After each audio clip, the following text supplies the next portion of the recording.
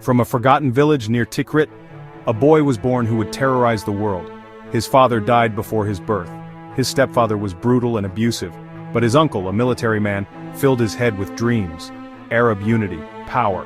At 22, he dropped out of law school to join the Ba'ath Party. His first mission, assassinate the prime minister. The attempt failed. He was wounded. Overnight, Iraq's most wanted man. But this was just the beginning of his climb. Through exile, prison breaks, and coups, he used fear, violence, and raw charisma. By 1979, Saddam Hussein was president of Iraq.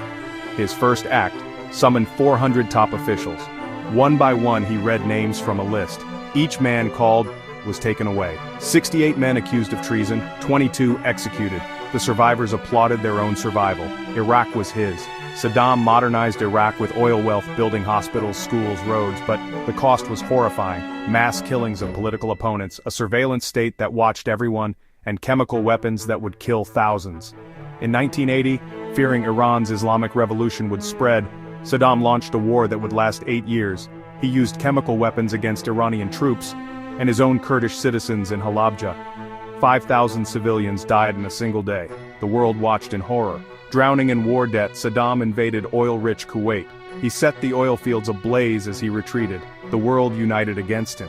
America assembled the largest coalition since World War II. Operation Desert Storm lasted 100 hours. Saddam claimed victory, but Iraq was devastated. UN sanctions killed hundreds of thousands of Iraqi children. For 12 years, Saddam survived as a pariah. Then came September 11, 2001. America wanted revenge. Saddam was next. In March 2003, the invasion began. Narrator VO. In 3 weeks, Baghdad fell. Narrator VO. Saddam's statues came crashing down. Narrator VO. But the dictator had vanished. Narrator VO. A $25 million bounty on his head. Narrator VO. For 8 months, the world's most wanted man played hide and seek. Narrator VO. U.S. forces searched every cave, every building. Narrator VO. Following every lead. Narrator VO. The breakthrough came from his hometown, Tikrit. Narrator VO. December 13, 2003, Operation Red Dawn. Narrator VO. 600 soldiers surrounded 2 farmhouses. Narrator VO. Thermal scanners swept the area.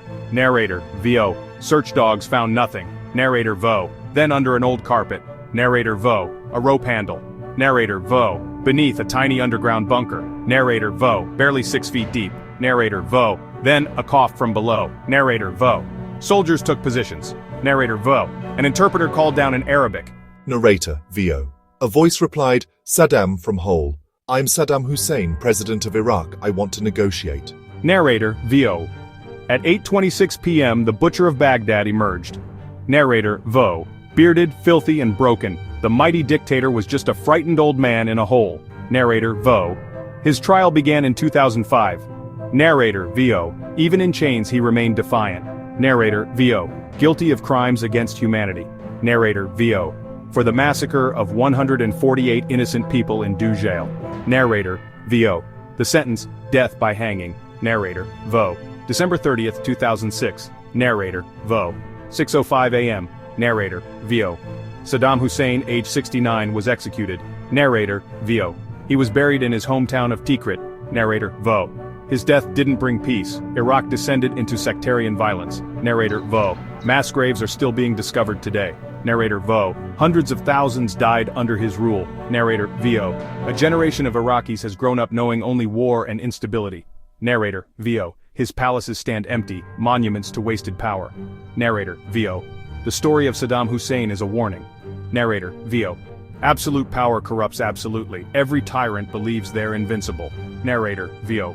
But they all end the same way. Narrator VO. Justice may be delayed, but it cannot be denied. Narrator VO. From a village boy to dictator to prisoner in a hole. Narrator VO. The rise and fall of Saddam Hussein, a reminder that no one is above justice.